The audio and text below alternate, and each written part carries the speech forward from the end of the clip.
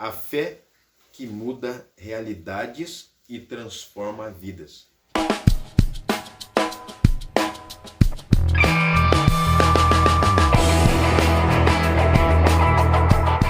A fé que muda realidades e transforma vidas tem alguns requisitos, né? Tem alguns pré-requisitos.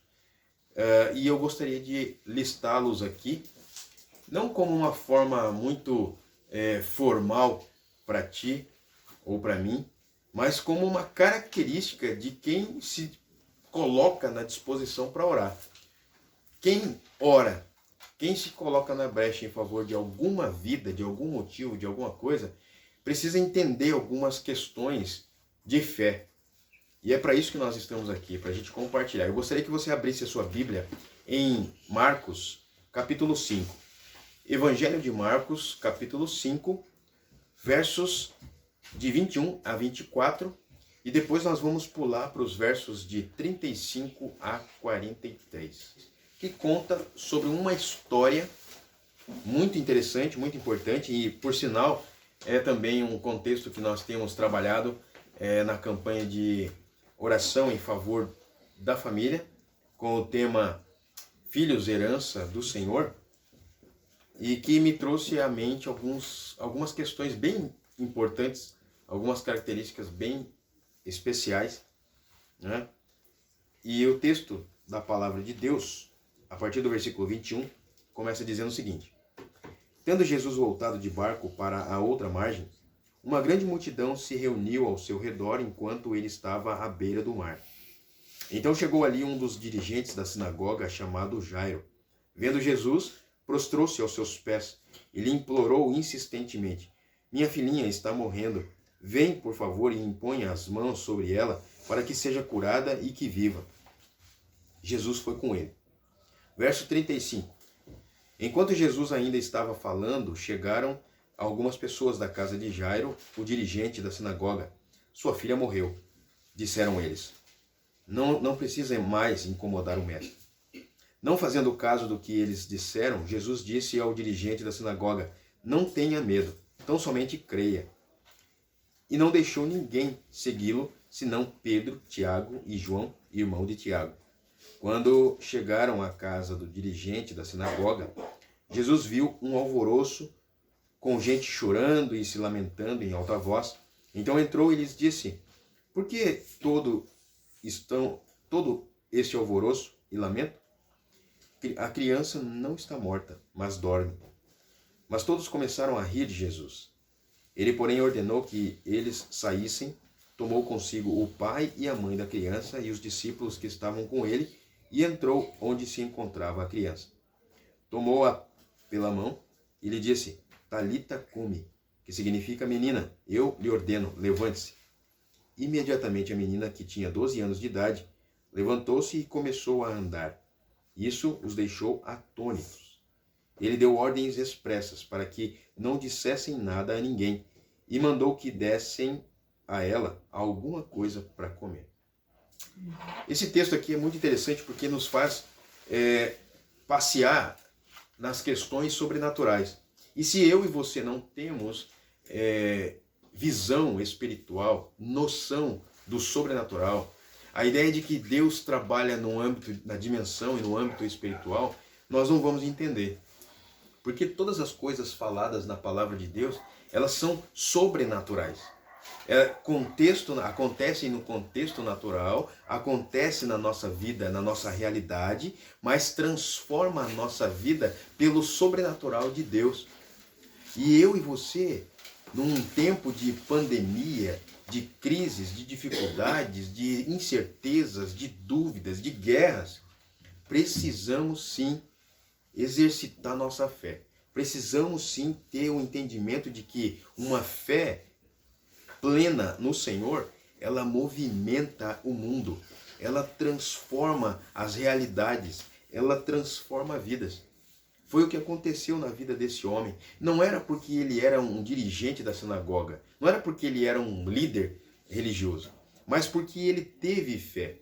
E nós podemos ver que a fé dele foi operosa, uma fé que movimentou a circunstância geral. né? E a primeira característica que a gente vê nessa fé é que é preciso ter uma fé que chama a atenção de Jesus. Não que Jesus é um Aladim, que você esfrega uma lâmpada e ele aparece. Não que Jesus é um ventríloco, onde você manipula ele como quer. Não. Mas porque Jesus, ele combina com uma fé sobrenatural. Ele combina com uma fé que tem a ver com ele. Uma fé gerada pela santidade. Né? E quando a gente olha para os versos 21 a 24, a gente percebe que Jesus estava num contexto normal, né? Numa situação natural, mas vai até ele, chega até ele um dirigente da sinagoga daquela cidade e clama. Antes dele pedir alguma coisa, ele se prostra diante do Senhor Jesus. Sabe que essa atitude de se prostrar significa que ele reconheceu a autonomia, a autoridade do Senhor, reconheceu o poder desse Deus, reconheceu que ele estava sobre todas as pessoas. Uma fé que gera adoração genuína. Ele adorou a Deus, ele se prostrou, ele se rendeu aos pés daquele que é todo-poderoso, daquele que tem a direção para a nossa vida, daquele que contempla, sim, as nossas necessidades, daquele que faz com que nós adoremos em espírito e em verdade. E você vê isso no verso 22. Né? Uma fé que gera perseverança. Ele adorou a Deus, ele chegou diante do Senhor, mas ele não ficou só prostrado. Ele insistiu. A Bíblia diz que ele implorou insistentemente ao Senhor. Olha, Jesus movimenta no nosso coração, dentro de nós, uma fé que é persistente, que prevalece, uma fé que insiste até obter a resposta. Olha, você pode lembrar, quem não conhece, mas eu quero dizer que na Bíblia, no Antigo Testamento, tem um homem chamado Jacó, e ele lutou com Deus a noite toda até Deus responder para ele, até ele ser ministrado pelo Senhor, até ele obter a resposta do que ele estava pedindo. Ele precisava de vida, ele precisava de encorajamento, ele precisava de Deus naquela hora. Quantas vezes você precisou do Senhor e por não conhecê-lo, ou por talvez ignorá-lo, ou porque você não sabe se relacionar com ele, perdeu a oportunidade de receber a bênção ou de vivenciar momentos especiais de encorajamento, de paz, de alegria.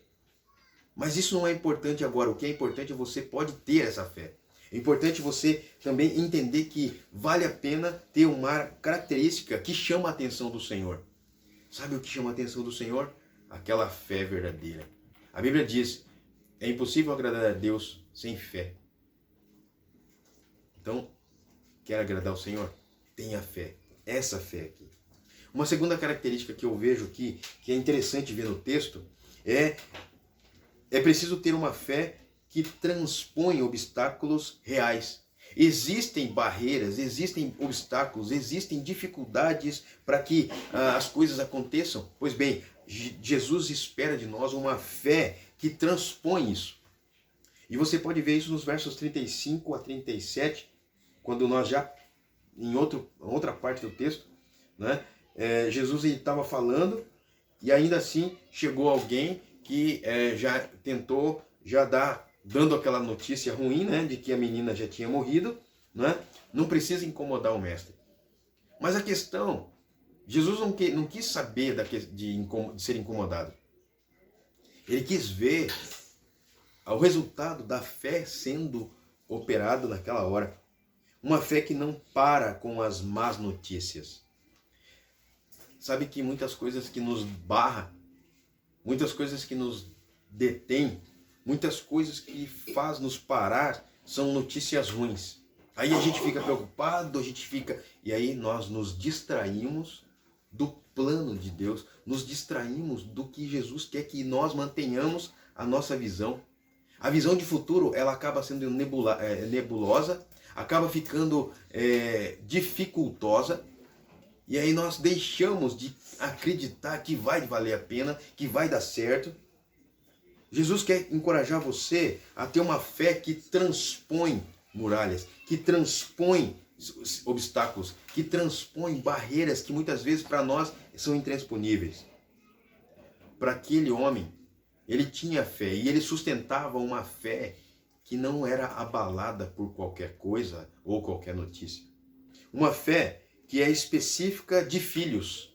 Se você olhar no verso 36, você vai perceber: e não deixou ninguém segui-lo, senão Pedro, Tiago, João. Ou seja, Jesus, Pedro, Tiago, João, e o texto vai dizer também o pai e a mãe. Sabe que são pessoas que são identificadas por Jesus como filhos. Um bastardo não recebe a atenção, sabe por quê? Não é porque Jesus não ama, é porque o coração do bastardo não está disposto a ouvir e obedecer o Senhor. Um órfão muitas vezes vai encontrar muitas barreiras para receber do Senhor a direção. Também é difícil para um órfão, mas um filho, aquele que sente o amor de Deus, aquele que se derrama na presença de Deus, aquele que espera no Senhor, esse tenha o retorno do Senhor. Como esse homem, né, o dirigente da sinagoga. Outra coisa, outra característica, é preciso ter uma fé que não dá espaço para o desespero. Se você olhar nos versos 38 e 39, você vai ver, quando chegaram na casa do dirigente, Jesus viu todo aquele alvoroço, né, lá fora, e o que ele fez? Ele entrou e disse: por que todos estão alvoroçados, lamentando, chorando? Não é?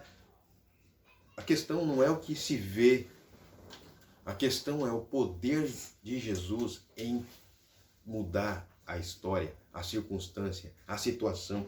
Uma fé que não se limita com as circunstâncias negativas, ou em qualquer circunstância. Não é? Uma fé que não para quando se tem uma dificuldade. Uma fé que não para não se acovarda por uma circunstância de intimidação. Nós precisamos ter uma fé que seja uma fé corajosa. Como diz aqui, uma fé corajosa ali, quando a criança não está morta, mas dorme. É ousado demais falar uma coisa dessa. Não era só porque era Jesus que estava dizendo isso, mas porque ele queria encorajar a todos que estavam crendo que vale a pena continuar crendo. Vale a pena crer, vale a pena confiar, vale a pena esperar. Deus trabalha em favor daqueles que esperam nele. O que você está esperando para botar em ação a sua fé? O que você está esperando para colocar na prática a sua confiança no Senhor? Aqui a gente vê no texto que Jairo não se arrependeu.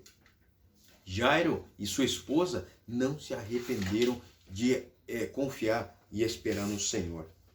Outra característica aqui, é preciso ter uma fé que mostra testemunho vivo do poder e da autoridade de Jesus Cristo.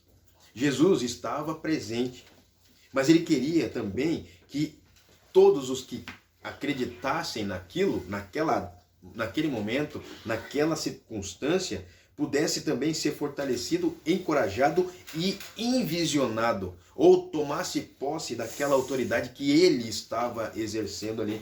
Uma fé eficaz para os de dentro e para os de fora. Você percebe aqui no capítulo, nos versos 40 e 41, mas todos começaram a rir, ou seja, lá fora tinha algumas pessoas que estavam chacotando da visão de Jesus, estavam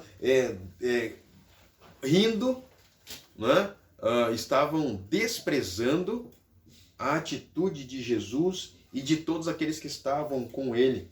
Mas a Bíblia diz que ele tomou consigo o pai, a mãe e os discípulos. Isso aqui me mostra o quê? A fé, ela é um testemunho vivo. E não é para qualquer um, tchê. É um testemunho vivo da autoridade, do poder do Senhor para os de dentro, ou seja, para a família, e para os de fora, que são incrédulos. Os que são da família vão vivenciar, vão ver, vão testificar o poder que há no nome de Jesus Cristo. E os de fora vão ficar de boca aberta por ver a manifestação sobrenatural de Deus agindo no mundo hoje. A gente pode crer nisso, gente. Você pode crer nisso. Jesus age no mundo hoje. Você acha que só porque tem guerras, ou rumores de guerra, doença, pandemia, tudo que tem acontecido, você acha que Deus está imóvel, inerte a esse mundo? Não, não, não. Ele está ativo no mundo. Amém? Você pode falar amém? Ele está ativo no mundo. Não tenha dúvida disso, não. Não é só nesse tempo que Jesus curou, restaurou, transformou, mudou, envisionou. É também hoje. Essa palavra já me encoraja. Essa palavra já me mostra que eu posso ter mais fé do que eu tenho. Não é? Uma fé baseada na autoridade espiritual. Tem um detalhe aqui, tá? Não adianta você querer exercitar uma fé se você não anda em santidade. Não adianta você querer ter algo da parte de Deus se você não dá para Ele em primeiro lugar.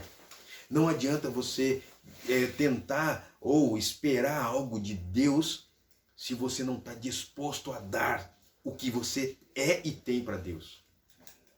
Eu não estou falando de bens, eu não estou falando de dinheiro, eu estou falando de coração, de mente, de corpo, completamente dedicados a Deus, em santidade, e como resultado disso você obter da parte do Senhor uma autoridade espiritual, porque a sua vida de santidade já vai ser a autoridade para agir e ser instrumento de Deus na vida de outras pessoas. Pode ter certeza disso. Não é porque você está com a Bíblia na mão ou porque você fala de Jesus. Você precisa viver Jesus. E vivendo Jesus, essa é a autenticação do Senhor para que você vá e faça discípulos. Amados, a autoridade espiritual é o que faz toda a diferença na vida de uma pessoa. É quando ela chega em um ambiente e ela muda aquele ambiente. Não porque ela é a manipuladora, não porque ela é a que chama a atenção de todo mundo, porque tem algum problema, não porque ela é a que é a mais alegre do grupo, não. É porque ela anda em santidade, porque ela tem autoridade espiritual. E Jesus tinha autoridade espiritual, e Jesus deu essa autoridade espiritual. E por fim, é preciso ter uma fé que promove vida plena e dá glórias a Jesus, glórias ao Senhor. Você pode ver nos versos 42 e 43 que imediatamente a menina se levantou. Ela se levantou para quê? Ela se levantou como testemunho do poder de Deus e se levantou para viver a vida plenamente. Ela tinha 12 anos de idade. A Bíblia descreve isso para a gente poder entender. Não está aqui em vão essas palavras. 12 anos de idade é uma idade, é pré-adolescente, tem toda a energia, toda a força, todo o vigor. É para andar, para fazer, mudar a história. Levantou e começou a andar. Para quê? Para que todos ficassem atônitos, surpresos.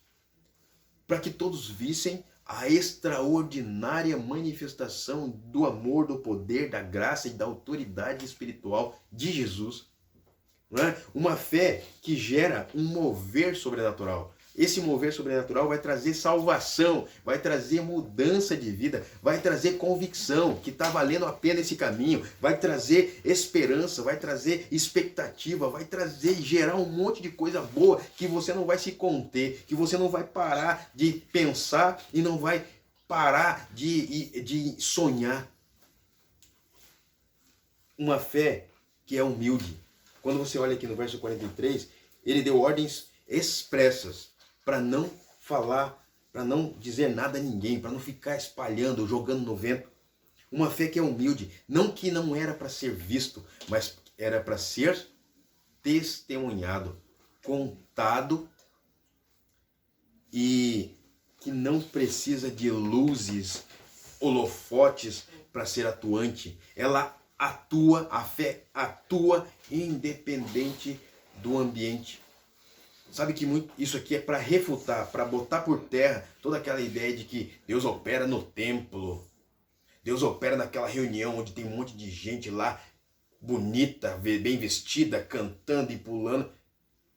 Jesus operou dentro de uma casa. Opa, nós estamos dentro de uma casa. O Senhor operou na vida não na circunstância somente. Ele operou de dentro para fora. O que é interessante aqui é que a fé que o Senhor Jesus coloca em nós é uma fé atuante e humilde. Não fica contando para A, para B, para... Não precisa disso. Ele opera e ponto. Amado, a fé que muda realidades e transforma vidas. É assim. É a fé de Jairo. É a fé da família de Jairo. É a fé que Jesus ensinou com os discípulos ali, Pedro, João e Tiago. É a fé que foi para poucos. Sabe quais são esses poucos? Os filhos. E a Bíblia diz que essa circunstância foi representou aqui a cura geracional. Por isso do pai e da mãe.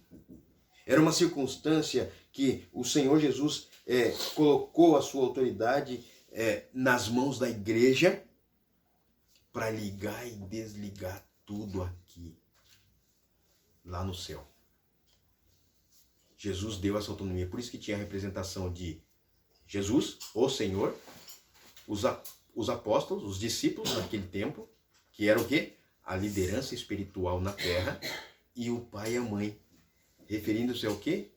Ao que à família, ao contexto normal e natural chamado família. Ou seja, o Senhor Jesus abençoa e dá autoridade à igreja por meio dos seus líderes para abençoar as famílias da terra. Que coisa boa isso, tio. Que coisa maravilhosa é ver isso aqui. Não é? Você não se sente encorajado, encorajada? Por isso que vale a pena a gente ler as Escrituras. A gente descobre coisas que são preciosas. Preciosas. Por isso que nós oramos. Por isso que nós dedicamos um tempo na presença de Deus. Não é de qualquer jeito, não é à toa. Tem um propósito. O propósito é ver a manifestação sobrenatural de Deus na vida de cada família, de cada homem, de cada mulher, de cada criança, porque foi uma criança que foi curada aqui, né? Louvado seja Deus por isso, que você tenha uma fé que movimente aí o seu ambiente, que você tenha uma fé que movimente o seu coração, que você tenha uma fé que movimente os seus amigos, que você tenha uma fé que movimente o seu trabalho, que movimente a sua casa, em nome de Jesus.